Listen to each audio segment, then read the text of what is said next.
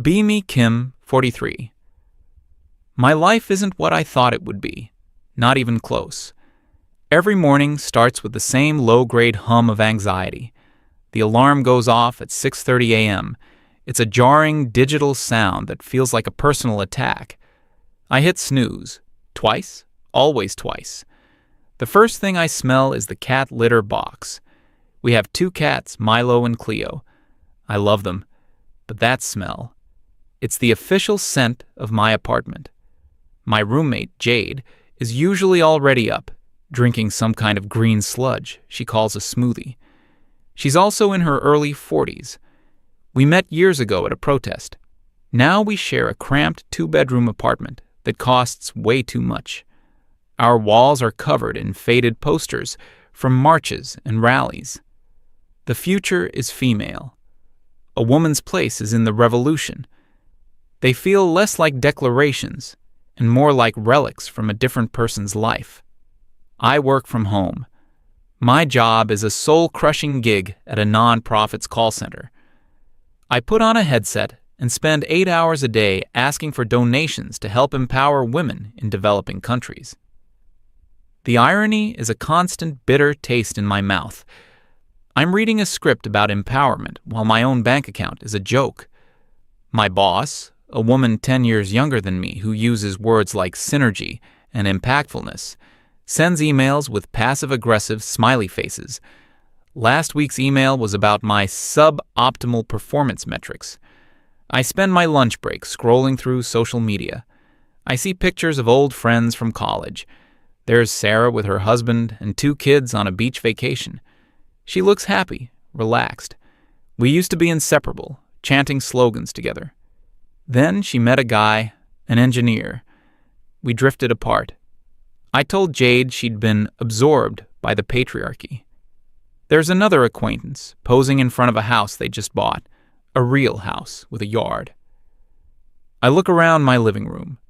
A stack of bills sits on the coffee table next to a half-eaten bag of vegan chips. Cleo is meticulously cleaning herself on a pile of laundry I was supposed to do 3 days ago. This isn't empowerment. This is stagnation. The evenings are the worst. Jade and I usually order takeout because we're both too exhausted to cook. We watch shows with strong female leads who are always impeccably dressed CEOs or brilliant detectives. Jade will point at the screen and say something like, "See? We don't need men to be happy." And I'll nod, but the word happy echoes in the quiet apartment. Am I happy? The loneliness is the heaviest part. It's a physical weight. I remember being 25, full of fire and certainty. I thought I was on the front lines of a great battle. I cut off friendships with men who made the wrong kind of jokes. I argued with my family during holidays. I believed I was changing the world. The world kept turning, but my own life ground to a halt. The breaking point came a few weeks ago. It was a Tuesday, I think. The electricity bill arrived. It was higher than expected, way higher. I did the math. After rent, utilities, cat food, and my own meager grocery bill, I'd have almost nothing left until my next paycheck. A cold panic seized me. It wasn't about the money, not really. It was about the utter lack of a safety net. If I got sick, if my laptop died, if the rent went up, I was completely, totally on my own. Jade came into the room and saw the look on my face. She launched into her usual speech about the systemic injustices of late-stage capitalism and the gender pay gap. I just stared at her. Her words, which used to comfort me, now sounded like hollow excuses. That night, I couldn't sleep. I lay in bed, listening to the city sounds outside my window. For the first time in over a decade, I allowed myself to think the forbidden thought. I need help. I don't want to do this alone anymore. The thought was so powerful, it felt like a betrayal of everything I stood for. But it was also the truest thing I'd felt in years. With trembling hands, I reached for my phone, went to the App Store, and downloaded Tinder. Creating the profile was an exercise in self-deception. I scrolled through hundreds of photos, looking for one that didn't show the exhaustion in my eyes. I settled on one from 2 years ago at a climate march. I looked passionate, younger. For the bio, I tried to sound like myself, but better, more appealing. Passionate advocate for social justice, lover of cats, documentary films, and meaningful conversation, seeking a partner who is kind, intelligent, and an ally. I stared at the word ally. It felt so clinical, so performative. I swiped for an hour. It was a digital parade of male archetypes.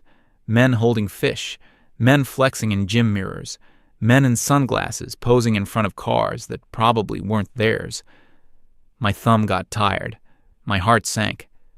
Then I got a few matches, a little dopamine hit, a flicker of hope. I decided to be proactive. I was a strong, independent woman after all. I set up 3 dates for the following week, a full-on assault on my loneliness. The first was with a guy named Lewis. His profile was simple. 45, divorced, worked in IT. A few pictures of him smiling awkwardly on a hiking trail. No red flags, no political slogans, just normal. We agreed to meet at a quiet pub downtown. Not too fancy, not a dive. I spent an hour getting ready, which was more effort than I'd put into my appearance in months. I felt a strange mix of hope and dread. I got to the pub first and picked a booth in the corner. Louis arrived a few minutes later. He looked exactly like his pictures, a bit tired around the eyes, wearing a clean but unremarkable button-down shirt. He smiled, a genuine nervous smile. "Kim, hi, I'm Louis." The first 20 minutes were fine, awkward but fine. He asked about my work. I gave him the sanitized version about helping people. He talked about his job, something about managing servers. It was boring, but he seemed passionate enough about it. He mentioned his son was in college, studying business. Then he made a critical mistake. He asked me what I was passionate about outside of work. It was like a switch flipped in my brain. This was my chance to vet him, to see if he was worthy. I started talking about my activism, the marches against toxic masculinity, the volunteer work for women's shelters, the endless fight against the patriarchy. I watched his face closely for any sign of disagreement. He just nodded. Wow, that's really admirable. But his tone was off. It wasn't impressed. It was the tone you use when a child tells you a long, complicated story about their imaginary friend. This wasn't good enough. I needed to dig deeper. I asked him, "So, would you consider yourself a feminist?" He shifted in his seat, a classic sign of male discomfort. He took a slow sip of his beer. "I don't know about labels. I just try to treat everyone with respect. My mom raised me to be a gentleman." "A gentleman?" The word felt archaic, condescending. You know, the concept of chivalry is rooted in the idea that women are weak and need protecting. He blinked. "Oh, I never thought of it that way. I just meant being polite." The floodgates were open. I launched into a full-blown lecture. I talked about benevolent sexism, emotional labor, the mental load that women carry in relationships. I explained how men like him, the good guys, were often the most dangerous because their inaction allowed the system of oppression to continue. His face was a blank canvas. He wasn't arguing. He wasn't defending himself. He was just listening. Or maybe he wasn't. His eyes had a far-off look. I was getting louder. A couple at the next table glanced over. I felt a surge of self-righteousness.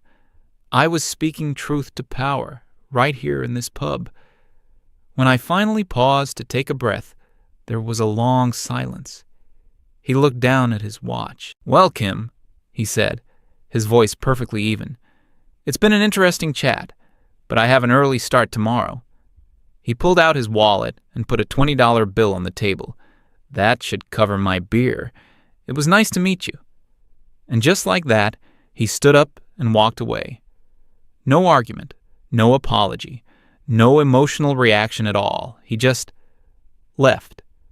I sat there, stunned, my half-finished glass of wine in front of me. My brain scrambled to process what had happened. He couldn't handle a strong, opinionated woman. His male fragility couldn't take it. I pulled out my phone and texted Jade. Date was a disaster.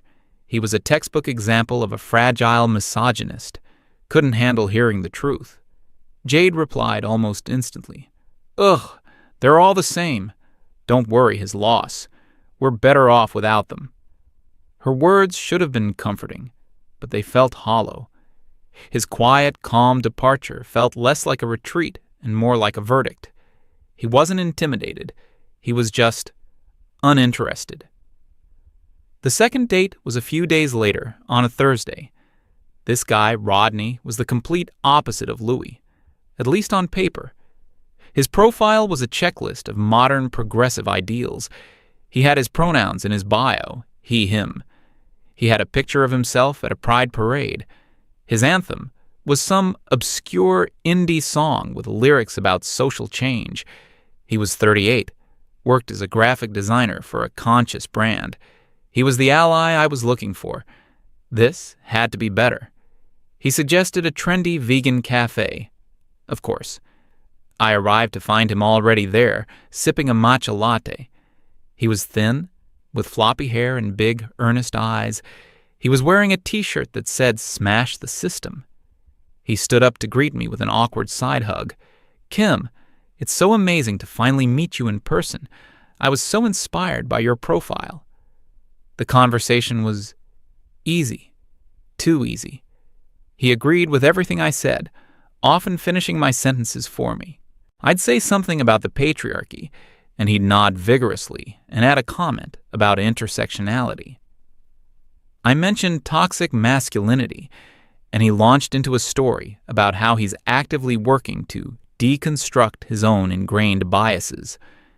He told me he cried during the latest superhero movie because of its powerful female character arc.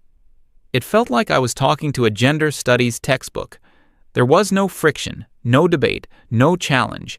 He was a human echo chamber. At first, it was validating. See? I thought. There are good men out there. But as the date went on, a strange feeling started to creep in. A feeling of annoyance. The moment of clarity came when our food arrived. The waiter, a young kid who looked overwhelmed, brought our orders. He'd mixed them up. He gave me Rodney's tofu scramble and Rodney my avocado toast. A simple mistake. I looked at Rodney, expecting him to handle it, to politely call the waiter back and get it sorted. That's what a partner would do, right? Share the load. Instead, he just stared at the plate in front of him with wide, panicked eyes. He looked over at me, his expression helpless. Oh, he got the order wrong. What should we do? His voice was soft, almost a whisper. He seemed genuinely afraid of creating a conflict. I waited a beat, thinking he was joking. He wasn't. A wave of irritation washed over me, so sharp and sudden it surprised me. I sighed, a heavy, weary sigh. "Excuse me?" I called out, flagging down the waiter. My voice was firm but polite. The waiter hurried over, apologized profusely, and swapped the plates. The whole interaction took less than 15 seconds. When I turned back to Rodney, he was looking at me with pure, unadulterated admiration. "Wow," he breathed. "You're so good at that, so assertive. I could never." And in that moment, I felt a profound sense of revulsion. The ick, as the kids call it. He wasn't my ally. He wasn't my partner. He was another person I would have to take care of, another child. He had deconstructed his masculinity so thoroughly that there was nothing left. No strength, no initiative, no backbone. Just a quivering mass of apologies and right-think. I suddenly pictured my life with him. Me, making all the difficult phone calls, dealing with the landlord, killing the spiders. Him, standing on the sidelines, telling me how brave I was. The image was nauseating. I pushed my avocado toast around my plate, my appetite gone. I realized I didn't want a man who agreed with everything I said. I wanted a man who could handle a simple food mix-up at a cafe. The two desires seemed to be mutually exclusive. I cut the date short. I feigned a sudden migraine. Rodney was instantly concerned, asking if I needed him to call me a car, if I had eco-friendly pain relievers, if my migraine was a psychosomatic manifestation of patriarchal oppression. I almost screamed. "I'm fine," I said through gritted teeth. "I just need to go home." I walked out of the vegan cafe and into the cool night air. I had just rejected the perfect progressive man, the man my younger self would have dreamed of, and it felt like a relief. But it also left me with a terrifying question. If I didn't want the problematic normal guy, and I didn't want the perfect ally, what in the world did I want? I got home feeling more confused than ever. Jade was on the couch, of course. "How was the woke wonder?" she asked without looking up from her laptop. I couldn't bring myself to tell her the truth. I couldn't admit that his spinelessness disgusted me. That would be admitting that I craved some of those toxic masculine traits I'd been fighting against my whole life. So I just mumbled, "No spark," and went to my room. I had one date left. A guy named Kurt. I opened the app to look at his profile again. It was almost aggressively minimalist. He was 40, 3 photos. One was a headshot where he wasn't smiling. Another was him standing on a construction site, arms crossed, looking impatient. The third was a blurry shot of him on a boat. His bio was 5 words. "No drama, know what I want." I had swiped right on him in a fit of nihilism after the date with Lewis. He seemed like everything I was supposed to despise. He was probably one of those guys who complained about snowflakes. He'd matched with me instantly and sent a one-word message. "Drinks?" We were scheduled to meet the next night. A huge part of me wanted to cancel, to just delete the app, get into my pajamas, and accept my fate as a cat lady. But another part of me, a stubborn, self-destructive part, was curious. I had faced the fragile misogynist and the performative ally. Now it was time to face the final boss. I spent most of the next day in a state of low-level dread. The thought of going on this date with Kurt was exhausting. Part of me was hoping he'd cancel. He seemed like the type, impatient, busy. But my phone remained silent. So at 7 p.m., I found myself standing in front of my closet, feeling like I was choosing armor for a battle I was destined to lose. What do you even wear to meet a man whose entire profile screams, "I eat steak and don't care about your feelings"? Everything I owned suddenly felt wrong. Too political, too soft, too old. I settled on a plain black top and jeans. Anonymity, my urban camouflage. Jade saw me getting ready. "Another date? You're a machine. Don't let the bastards grind you down." I gave her a weak smile. Her revolutionary slogans were starting to sound like motivational posters in a failing office.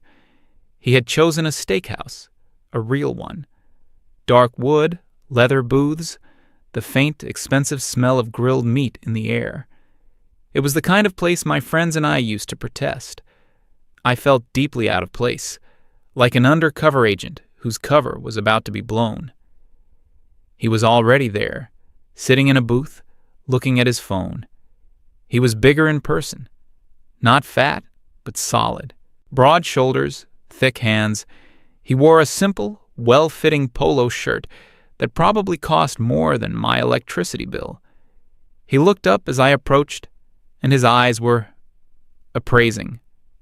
He wasn't looking at me like a potential partner. He was looking at me like a mechanic inspects a used car. "Kim?" he said. It wasn't a question.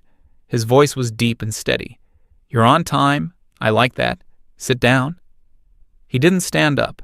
A waiter appeared instantly, as if summoned by magic. "We'll start with a bottle of the Malbec," Kurt said to the waiter, not even glancing at the wine list. Then he looked at me. "You drink red, right?" I just nodded, thrown off balance. The question felt like a test I hadn't studied for. The initial small talk was more like an interrogation. He drove the conversation with blunt, direct questions.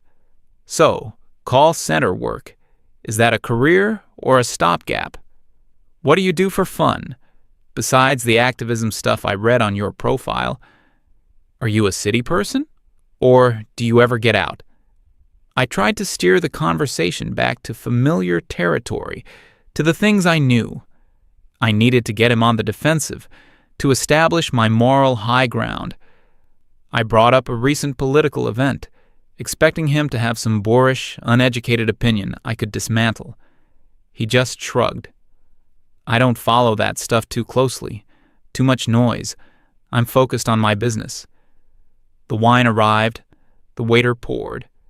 Kurt took a sip, nodded his approval, and then got straight to the point. Look, Kim, I'm 40. I'm busy. I don't have time to waste going on dozens of dates. So let's just be honest. What are you actually looking for? The directness was disarming. I'm looking for a partner, I said, the words sounding rehearsed even to my own ears. Someone to share my life with, an equal. He leaned back in the booth, a small, knowing smile on his face. It wasn't a kind smile. An equal, he repeated slowly, as if tasting the word. Okay, let's talk about that. The food arrived. He had ordered a massive steak for himself. The waiter placed a sensible salmon dish in front of me, which I hadn't ordered but didn't have the courage to correct. He cut into his steak with practiced ease. From what I gathered from your profile and our little chat just now, he began, chewing thoughtfully. You spent your 20s and 30s fighting. You were at protests. You were angry about the system. You were fighting against men like me. Men who build things, who run businesses, who are ambitious. I opened my mouth to object, to say it was more nuanced than that. He held up a hand, a fork in it. Let me finish. I closed my mouth. So, you dedicated the best years of your life, your peak years, to a war against the patriarchy.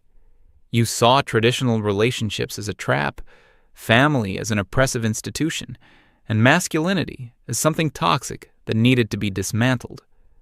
He took another bite of steak. And now? Now you're 43. The fire is mostly gone, replaced by, what? Tiredness? You're working a job you don't like for not enough money. You're worried about your future. And you've decided you want a partner, an equal. But what you're really looking for is a man, a successful, stable man. A man like the ones you spent 2 decades telling everyone you didn't need. Every word was a perfectly aimed dart. My face felt hot. My heart was pounding. That's not true, I managed to say, my voice thin. I don't regret my principles. He actually laughed, a short, sharp, humorless laugh. Principles are a luxury, Kim. They don't pay the rent. Let's look at this like a business proposal. That's what a partnership is, at its core. A deal. You're coming to the negotiating table?